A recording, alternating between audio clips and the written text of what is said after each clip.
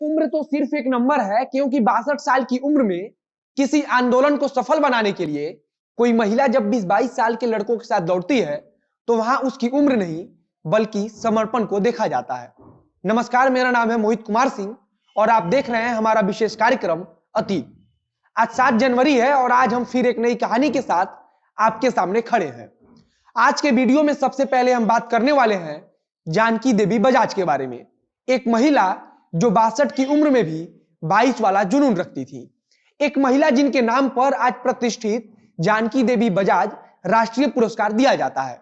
दूसरे नंबर पर बात करेंगे 19वीं शताब्दी के सबसे महान आविष्कारकों में गिने जाने वाले निकोला टेस्ला के बारे में। निकोला टेस्ला, जिन्हें रेडियो का असल आविष्कारक माना जाता है, लेकिन कुछ ऐसा हुआ कि यह गौरव उन्हें प्राप्त नहीं हो सका। आज एलन मस्क की कंपनी टेस्ला भी उन्हें ही समर्पित है। सबसे पहले शुरुआत करते हैं जानकी देवी बजाज से। जानकी देवी बजाज का जन्म आज ही के दिन यानी कि 7 जनवरी 1893 को मध्य प्रदेश के जरौरा गांव में हुआ था। मात्र 8 साल की उम्र में उनका विवाह बहुत ही संपन्न बजाज खानदान में हो गया। जानकी देवी के पति का नाम जमुना लाल जी बजाज था। बताया जाता है कि जमुना लाल महात्मा गांधी से प्रभावित थे और फिर इसके बाद उनकी पत्नी जानकी देवी भी इसी रास्ते पर निकल पड़ी।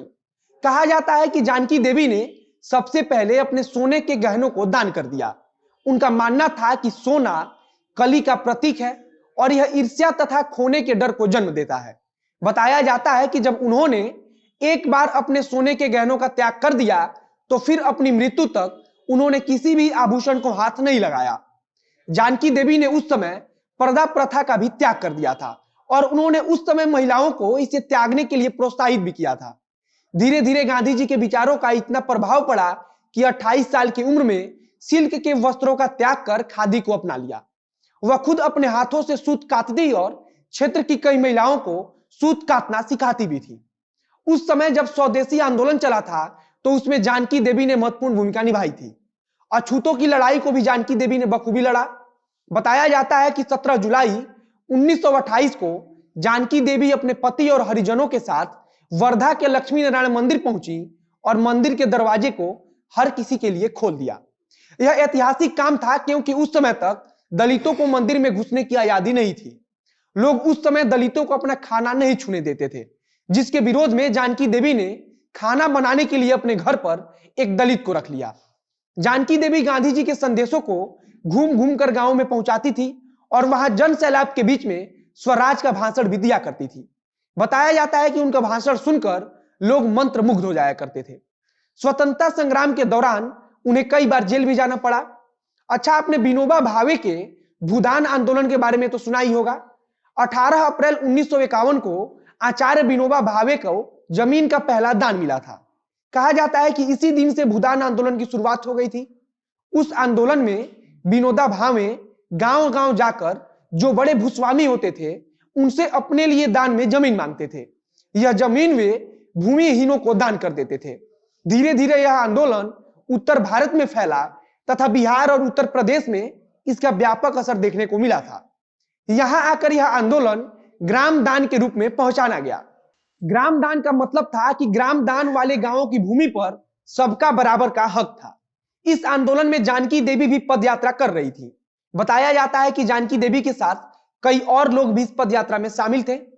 कहा जाता है कि भूदान यात्रा बिहार से बंगाल में प्रवेश कर रहा था। बहुत ज्यादा भीड़ थी, जिनमें सबसे ज्यादा संख्या नौजवान लड़कों की थी। कुछ लड़के भीड़ में से मार्ग निकालने के लिए हाथ पकड़कर एक साथ दौड़ रहे थे। बुजुर्ग लोग पीछे छूट गए थे। इन्हीं लड़कों के साथ एक औरत भी दौड़ रही थी जो अपने हौसले से बिल्कुल 20-22 साल की नौजवान लग रही थी। ये कोई और नहीं बल्कि जानकी देवी बजाज थी।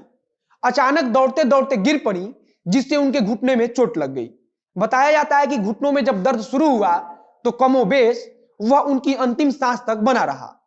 आज जमुना लाल बजाज फाउंडेशन के द्वारा श्रीमती जानकी देवी पुरस्कार उनकी याद में दिया जाता है। इस पुरस्कार के तहत 5 लाख रुपया, ट्रॉफी और एक प्रशस्ति पत्र दिया जाता है। श्रीमती जानकी देवी को भारत सरकार ने 1956 में पद्म भूषण से भी सम्मानित किया था। तो यह कहानी एक ऐसी महिला की थी जो आज भी लाखों महिलाओं की आदर्श बनी हुई है। अब आते हैं दूसरे पर। आज 7 जनवरी है और आज ही के दिन महान आविष्कारक निकोला टेस्ला इस संसार को छोड़कर चले गए थे। निकोला टेस्ला को जितना वैज्ञानिक नहीं बोला जाता, उतना भविष्यवक्ता भी बोला जाता है। निकोला टेस्ला के बारे में कहा जाता है कि रेडियो का आविष्कार उन्होंने ही किया था, लेकिन 13 मार्च 1895 को उनकी लैब में आग लग गई, जिसके कारण कुछ ऐसी परिस्थितियां उत्पन्न हुई कि टेस्ला की बजाय रेडियो के आविष्कार का पेटेंट मार्कोनी को मिल गया। कहा जाता है कि इसके पीछे कुछ राजनीतिक कारण भी था। बहुत कम लोगों को पता है कि मार्कोनी के पेटेंट को अमेरिका की सुप्रीम कोर्ट ने अमान्य करार दे दिया था और इसका पेटेंट वापस टेस्ला को मिल गया था, लेकिन उस समय टेस्ला की मौत हो चुकी थी। टेस्ला ने बहुत सारी ऐसी भविष्यवाणियां की जो आगे चलकर सच साबित हुई। अच्छा, थॉमस एडिसन निकोला टेस्ला के बॉस हुआ करते थे। एडिसन के मुताबिक डीसी करंट बेहतर होता था, लेकिन टेस्ला इसके विपरीत सोचते थे। टेस्ला का सोचना था कि एसी बेहतर है, क्योंकि उसे एक जगह से दूसरी जगह ले जाना आसान था। आज के दौर में टेस्ला जो मानते थे वह सच है। टेस्ला ने काफी पहले कहा था कि भविष्य में वायरलेस टेक्नोलॉजी के इस्तेमाल से वीडियो, टेलीफोन सिग्नल और अन्य डॉक्यूमेंट्स को भेजा जा सकेगा। 1990 में जब वर्ल्ड वाइड वेब अस्तित्व में आया, तब उनकी भविष्यवाणी सच हो गई। बताया जाता है कि 1898 में टेस्ला ने एक रिमोट से चलने वाले यंत्र का प्रदर्शन किया था। उनका मानना था कि आने वाले भविष्य में रिमोट से चलने वाले यंत्र इंसान के जिंदगी का अहम हिस्सा होंगे। कहा जाता है कि टेस्ला उस समय महिलाओं के बारे में काफी कुछ अच्छा करने का सोचते थे। उनका मानना था कि टेक्नोलॉजी बढ़ेगा तो उसी के साथ महिलाएं भी आगे बढ़ेंगी। 1926 में उनका एक इंटरव्यू हुआ था, जिसे व्हेन वुमेन इज बॉस नाम दिया गया था।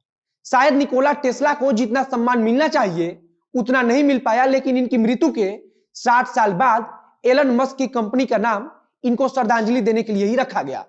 आज के समय में एलन मस्क की टेस्ला विश्व की सबसे तेज ग्रोथ करने वाली कंपनियों में से एक है। तो यह आज के दिन से जुड़ी हुई कुछ स्मृतियां थी। फिर कल आपके सामने आएंगे कुछ नई स्मृतियों के साथ उनकी कहानी बताने। तब तक के लिए वीडियो अच्छा लगा हो तो शेयर कीजिए, फेसबुक पर देख रहे हैं तो पेज को लाइक कीजिए, यूट्यूब पर देख रहे हैं तो चैनल को सब्सक्राइब कीजिए। मिलते हैं फिर बहुत जल्द अगले वीडियो में। कैमरे के पीछे खड़ी है सृष्टि श्रीवास्तव और मैं मोहित कुमार सिंह। धन्यवाद।